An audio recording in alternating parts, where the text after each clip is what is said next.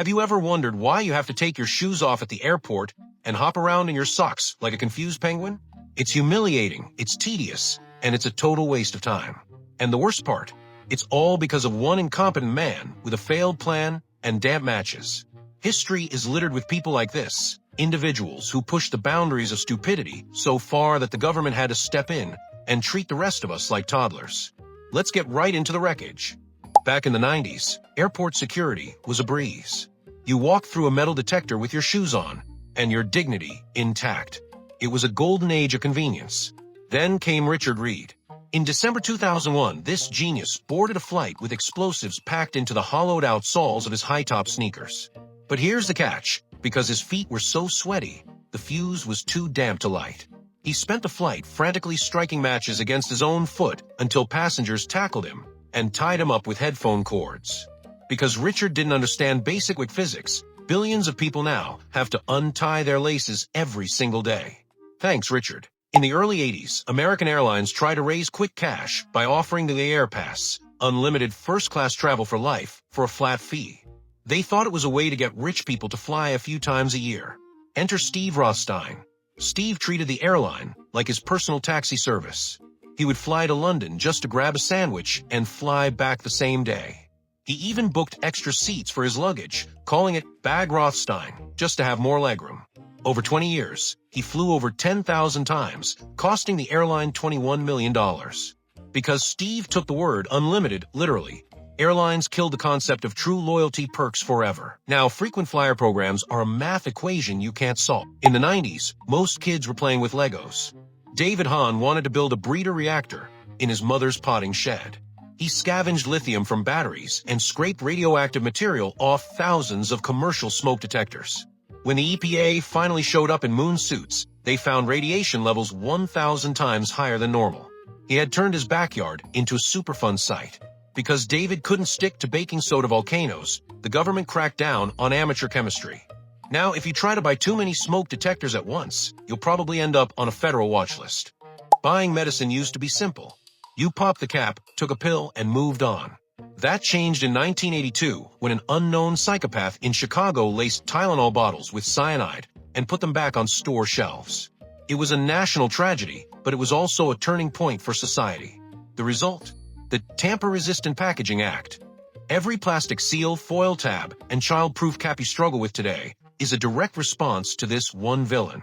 We went from a society of trust to a society that assumes everything is trying to kill us unless it's wrapped in 3 layers of industrial plastic.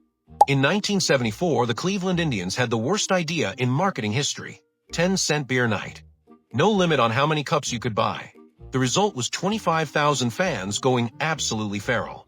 By the 9th inning, the crowd was fueled by cheap lager and pure rage. They stormed the field, stole the bases, and attacked the opposing players. Riot police had to clear the stadium. This single event killed cheap alcohol night for every major sports league. If you're wondering why a warm beer at a stadium costs $18 today, it's a please don't riot tax because of that one night in Cleveland. We have reached the peak of narcissism, the gender reveal party. It used to be just a cake. Now it's a spectacle. In 2020, a couple in California decided a cake wasn't enough. They used a pyrotechnic device to shoot blue smoke into the air during a massive heat wave.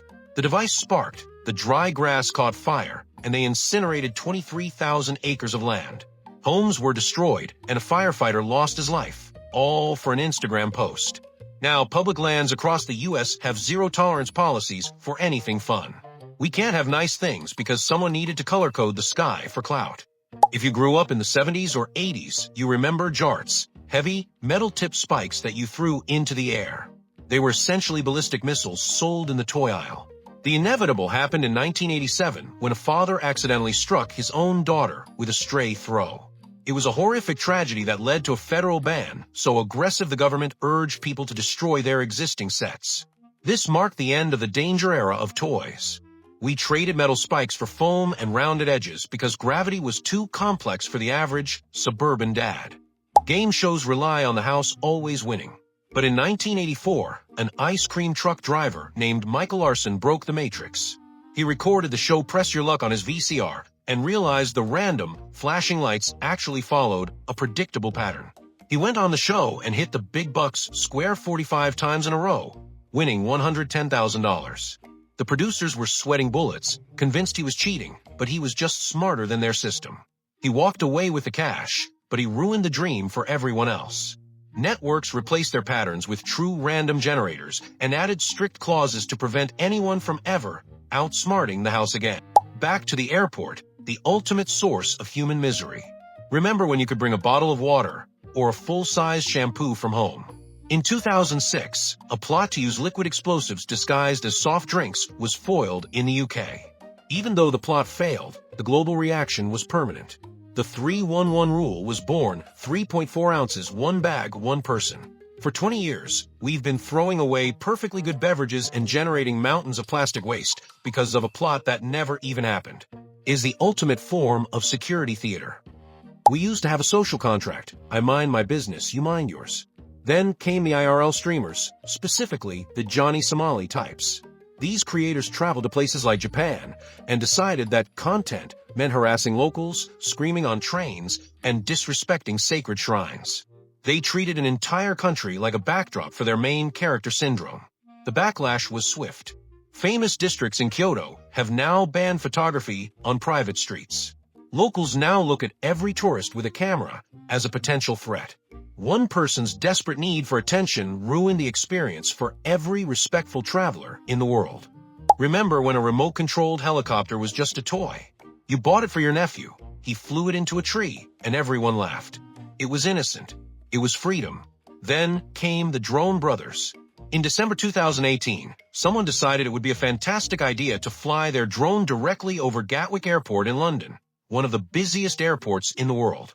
They didn't just fly it once. They played cat and mouse with airport security for 33 hours. The result? The entire airport shut down. 1,000 flights were canceled.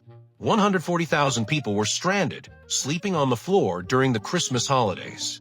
Because one person treated a Boeing 747 runway like their personal playground, the era of fun flight is over. Now, to fly a drone that weighs more than a hamster, you need to register with the government, pass a safety test, and get a pilot ID. We went from playing in the park to Federal Aviation Administration paperwork because one guy couldn't tell the difference between a toy and a felony. Let's talk about the lie we all live with: unlimited data. In the early days of the iPhone, carriers like AT&T actually offered true unlimited data. They thought, how much email can a human check? They underestimated the greed of the data glutton. One specific user in 2010 figured out how to tether his phone to his computer and basically run a server farm. He wasn't just browsing.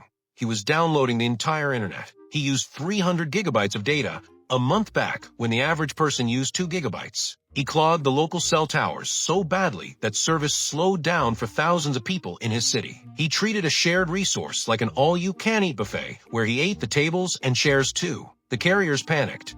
They realized they couldn't trust us. They killed the true unlimited plan. Now we have unlimited asterisk. That asterisk is the most expensive punctuation mark in history. It means unlimited until you hit 22 gigabytes. Then we throttle your speed down to 1990s dial-up levels. We are all stuck counting gigabytes and watching blurry 480p videos because one guy decided to download 4K movies 24/7 on a 3G network. Go to a museum today. Everything is behind bulletproof glass, covered in sensors, and separated from you by velvet ropes. You feel less like an art lover and more like a bank robber casing the joint. It wasn't always like this. Museums used to be intimate. You could get close. You could see the brushstrokes. Then came Vincenzo Peruggia. In 1911, he decided he wanted the Mona Lisa. He didn't use high-tech gadgets. He just took it. He hid in a broom closet overnight, took the painting off the wall, tucked it under his coat, and walked out the front door. He kept the most famous painting in the world in his messy apartment for 2 years. Before Vincenzo, art theft was rare. After him, museums turned into fortresses. The Mona Lisa is now buried behind layers of reflection-proof glass and guards. Because Vincenzo had sticky fingers, we can no longer experience art intimately. We have to view history through a layer of plexiglass and a security check, all because one guy treated the Louvre like a souvenir shop. So there you have it. The pattern is always the same. We start with freedom. One person takes it way too far, and the authorities respond by wrapping the rest of us in bubble wrap and red tape. Every warning label, every ban, and every tedious security check is a monument to someone else's screw-up. We live in a world designed for the lowest common denominator. If you want to survive the wreckage, you have to be smarter than the rules they wrote for the idiots. Hit that subscribe button to keep hacking reality, and I'll see you in the next disaster.